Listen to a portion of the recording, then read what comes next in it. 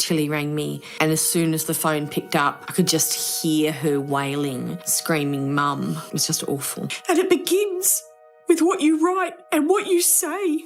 A photo was spreading. Everyone had seen it, and they all said it was her, but it wasn't.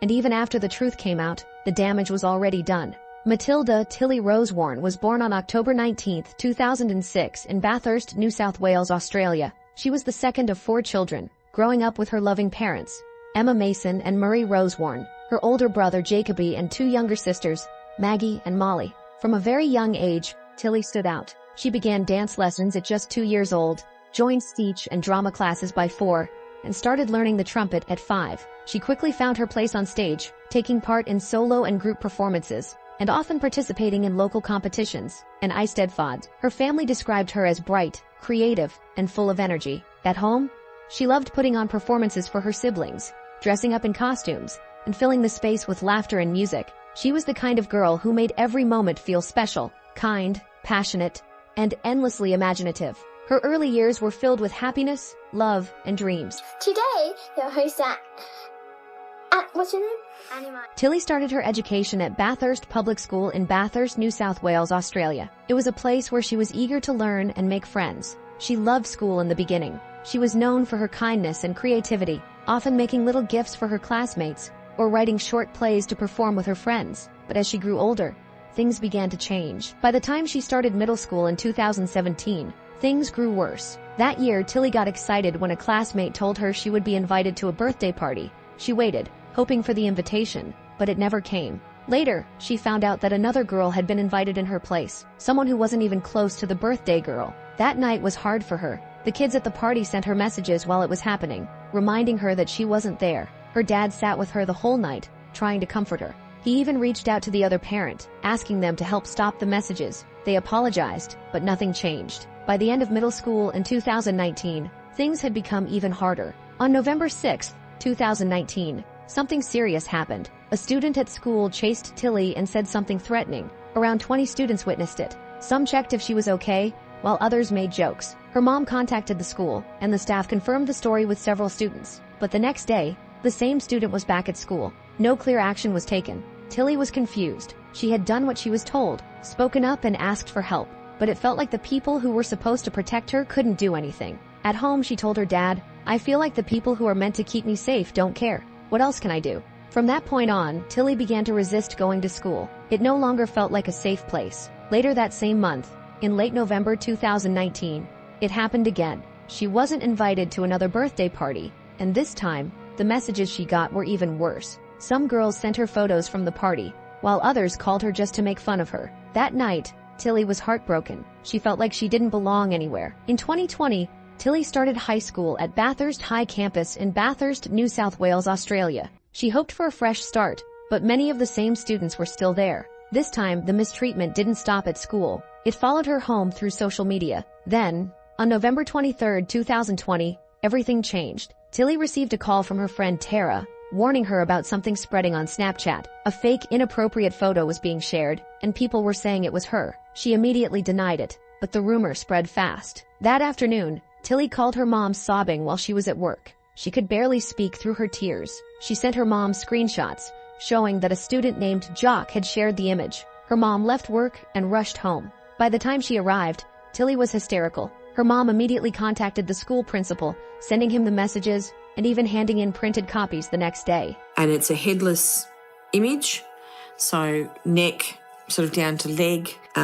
There's no way of identifying who it is. But nothing happened. The school spoke to Jock, but he claimed he didn't have his phone that day. His mother supported his story. Even though multiple students saw the message come from his Snapchat handle, the school took no action. That evening, Tilly felt completely helpless. She had done everything right. She told her family they went to the school. They asked for help, but nothing changed. As 2021 went on, things only got worse. In June, a former friend, Una, began sending Tilly harsh messages. By late 2021, another fake account started messaging her, telling her cruel things. By December 2021, Tilly had become withdrawn. She barely spoke, avoided social situations, and spent most of her time on social media, where the messages continued. On February 16, 2022, Tilly's story came to a heartbreaking end. She was in year 10 and just 15 years old. That night, she left a note for her family and walked to the Cubby house in their backyard, a place where she used to play as a child. The next morning, her father found her. Their lives were never the same again. What made everything even more painful was what followed. Within a day, jokes began showing up online, on Snapchat and other platforms. One student, James, posted something cruel on her Instagram. When confronted, he claimed his account had been hacked. Tilly's funeral was held on Tuesday, March 1, 2022, at 2:30 p.m. at the Bathurst Harness Racing Club. Family and friends gathered to celebrate her life, a life that was full of love, creativity, and light. The message in her obituary said it all. Now you can dance again. She was also a beloved granddaughter, cousin, and friend to so many. Her passing left a hole in the hearts of everyone who knew her. Tilly's mother, Emma Mason, said the impact on their family was like a bomb going off. She shared that many of Tilly's cousins struggled to cope. Some had to leave work or step away from university because of the emotional toll. Her uncle, Mr. Mason, who works in artificial intelligence, spoke out about the failure of systems meant to protect children. He said the education system had abandoned Tilly, but also stressed that blaming schools alone wasn't the full answer. Schools only have our children for about 20% of the week, he said, but the pressure they face online is 24/7. He believed that schools often hide behind zero-tolerance policies, but in reality, many of them are not equipped to stop online harm. He urged parents everywhere to take a more active role, to talk to their children, to learn the apps their kids are using, to check in regularly, because no one else might. He pleaded with parents to do something, anything, saying, "It's no longer okay to step back. Yes, it's hard, but we have to, because the tech companies aren't helping, and our kids are paying the price." Since Tilly's passing, her parents and loved ones have worked to share her story. They've spoken out publicly, written messages online, and joined discussions to push for change. They want to make sure that what happened to Tilly never happens to another child again. Mr. Roseworne vowed his daughter's story would not be in vain, and that they would fight until something changed. And they did. Tilly's parents, Emma and Murray, began sharing her story to raise awareness and push for stronger protections for young people online. They spoke to national media, shared her experience with Parliament, and gave their voice to help others. A Snapchat spokesperson responded to the public attention saying, "Our thoughts are with Tilly's family. We removed the accounts brought to our attention and continue to work to help protect our community. But for Tilly's family, this wasn't enough. They wanted to see real action, not just words." Tilly's mom began working directly with government leaders. She became part of the New South Wales Online Safety Roundtable, helping guide changes in how schools handle digital harm.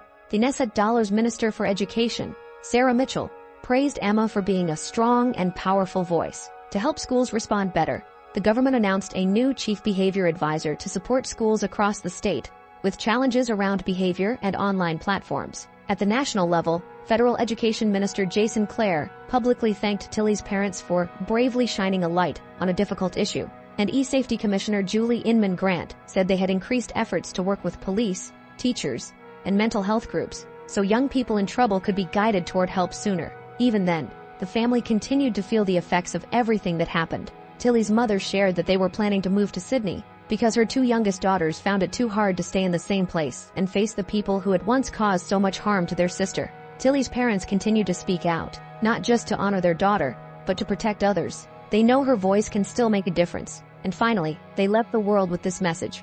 To every young person out there, every post you write, every photo you share, every word you say, it matters. Before you speak, post, or share, ask yourself, is it true? Is it kind? Is it necessary? If the answer is no, don't post it, don't share it, don't say it. We beg you.